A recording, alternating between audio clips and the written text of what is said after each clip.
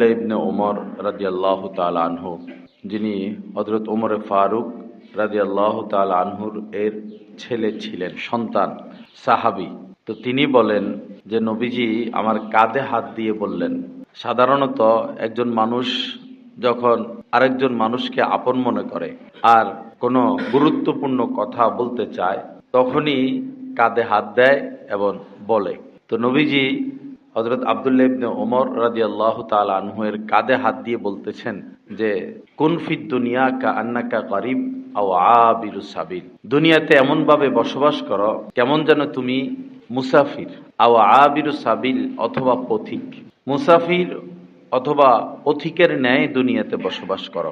বর্তমান সময়ে আমরা যে শান্তি পাই না বা শান্তিতে থাকতে পারি না, অশান্তি, পেরেশানি, অস্থিরতা, এটার মূল কারণ আমরা নিজেরাই। দুইটা বিষয়, এক হলো মালের চাহিদা, আরেকটা হলো শারীরিক চাহিদা, যৌন চাহিদা।